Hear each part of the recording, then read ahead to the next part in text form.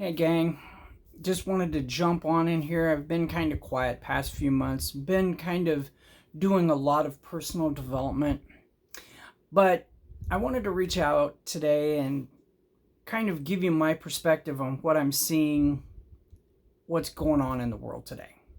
I've been talking to a lot of people. To be honest, it affected my job to the point that, we're currently on a shutdown.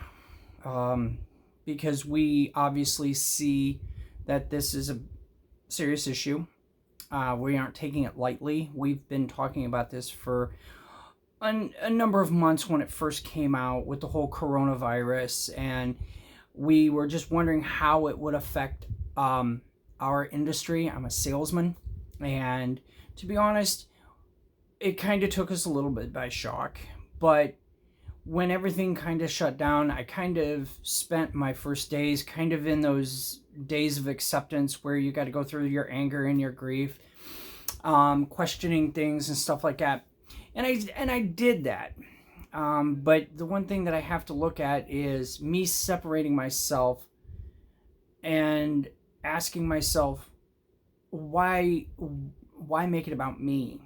I'm a dad. I got two amazing kids. One of them actually has an autoimmune deficiency syndrome, not AIDS, but just an autoimmune situation that if he was actually, I guess, in contact with this, it could cause some complications and it would make his life a little rougher, but not enough. But right now, he actually put himself in kind of a self-imposed quarantine in his own room, and he's very, very disciplined as to how things were going to go. We were actually going to have a family get together in a park, and so that kind of went through. I'm kind of in an isolation where it's best because of what I was doing in the realm of sales and direct sales and constantly meeting people, that we did decide that it would be best if I just distanced myself from my kids.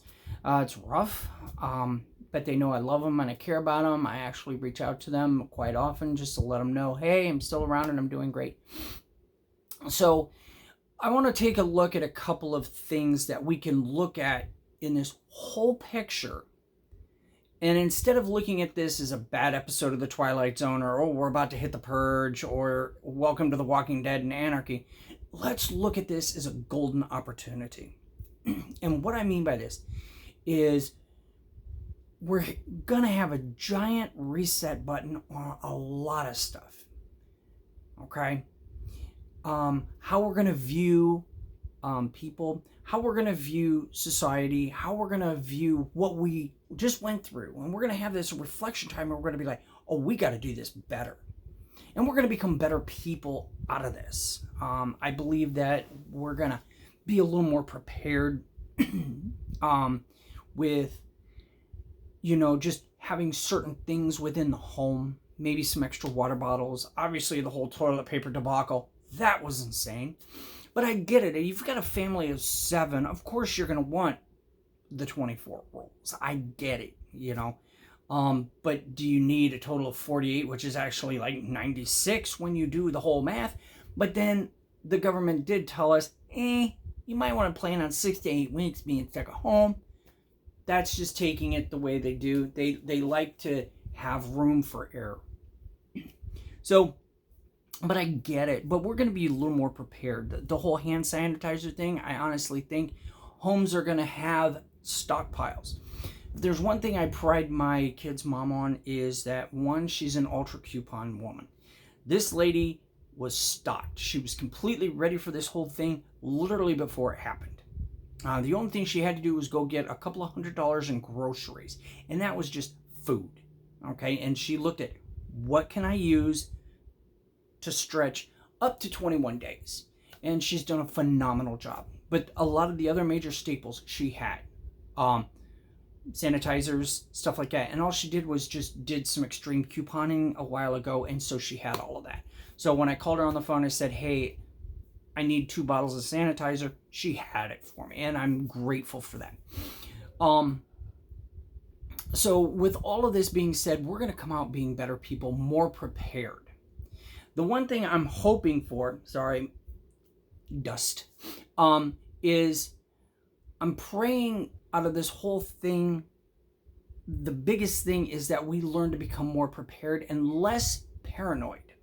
Okay, the media has done an amazing job recently of really doing a scare tactic, and it worked. I mean, it made us pay attention. Okay, as parents, we got to remember that the minute we become a parent, it's never about us anymore. It's all about the kid. We found out that at the school where they were doing a lunch program for the kids, one of the teachers actually was infected, and guess what? It was the teachers serving the lunch. I credit them, but this is a situation where the kitchen staff is more prepared. They know food safety prep. They know it all. But, the school is doing their best in overcoming stuff. I know this is a giant posy neg, at least in the beginning, but maybe as we progress through. So we're going to become more prepared, maybe a lot less paranoid. We're going to listen a little more, and we're going to be paying attention. The one thing I credit my kids for is their mindfulness and the fact that they are paying attention. Okay, somebody coughs, sneezes, they kind of move themselves, and they do create their own social distancing. We're going to become more aware of that, and maybe about us. If we really aren't feeling well, we're probably going to take those proactive measures. Because for all we know, the next pandemic could be coming from the United States. I don't know. I'm just saying there's a serious silver lining about this whole thing that I really don't think we're looking at. We're finding more community. We're finding that, just like with the hurricanes, we can come together and band together. For some people, they get upset because there is this imposed thing called the government. They're doing things in our best interest. We elected them to do that. You either re-elect somebody, you work your butt off to go get somebody else reelected that may follow in your own footsteps, or you just accept it. And it's temporary. What we're going through, literally through the span of your life, is nothing. I am 50 years old. I can accept 2 weeks of a little bit of what's going on. So let's embrace that this is just a small sliver of what is there. And it's just a small lapse of time. For a lot of people, they're always complaining. I hear them complain, oh, I wish I could just have more time off work and stuff. Guess what? The universe heard you. You got the time off work. You just ain't liking the outcome. Careful how you wish for things. All right? Opportunities for new things. I think what you're going to see coming in the next years is more advancements in medicine, technology, humanitarianism, all of this, because we saw where we fell short. And if there's one thing as Americans, we hate falling short on that stuff. We've always prided ourselves on that, and I see us just planning a little better. I think our government is learning, like, oh my God, we need circuit breakers on not just the stock market, but within the United States with more protocols. You're literally in the midst of watching this whole thing unwind right in front of your face, and it's amazing, it's scary, but above all, this will pass. I want people to just know that they just need to stay calm. Another thing that's going to come good out of this is, I think, communication and a sense of maybe some neighborliness. People are pack people. We're social creatures. So once this whole thing opens up, I see this just explosion of just social activities happening with safe distancing, and they're going to put measures in. But neighbors are going to want to start talking to each other a little more. I think a lot of more community-related activities are going to happen. And what's really crazy about all of this is we're still in a presidential primary. We've still got the general to go through. It's interesting. If you just take yourself away from the whole big picture and understand you're just part of the smallness of it, and you look at the big global and you're thinking, what's on the other side of this rock that I'm not seeing? that's the beauty. If you can look past the rock and you can see the end goal, I'm almost positive we're going to come out of this stronger. It's going to take a little while for the economy to get that steam back up because we literally shut a machine down. Okay? And like all machines, sometimes they need to be shut down so that they can start back up. But in this time, we're also fixing the machine. We're adding new parts. We're doing the retrofits, for people that are in manufacturing and stuff. You understand what I'm saying. This is, some manufacturings, they have a mandatory shutdown for 2 weeks. And this is for maintenance and retros. Okay, auto industry is known for it. But I think this is just our chance to allow ourselves to be like Ferdinand the Bull and take time to smell the flowers. I'm one of those guys that for about the past 7 years, I've been very, very intense about building a business. And because of that, I've spent a lot of time. I am probably more time and put a lot of energy in it and not focusing on myself. One thing I'm upset about this whole 2 weeks is my gym's shut down, so I'm trying to find a way to where I can work out and be active. Being in Northeast Ohio, sometimes you get some cold weather, you get wet weather, and it's kind of like, what are you going to do? But we're going to be better people out of this. And I honestly think the universe looked at, if we're going to shut down a major country or cripple it, or wound it, when would be the best time for it to happen, yet not have a serious impact in the long term? And I honestly think we picked the perfect time.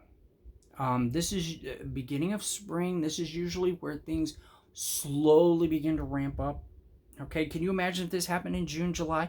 Okay, it wouldn't happen. It would be interesting if it did, but because of the nature of this virus, the warm weather is going to really help detain it, kill it, all that good stuff, even though they're coming up with meds.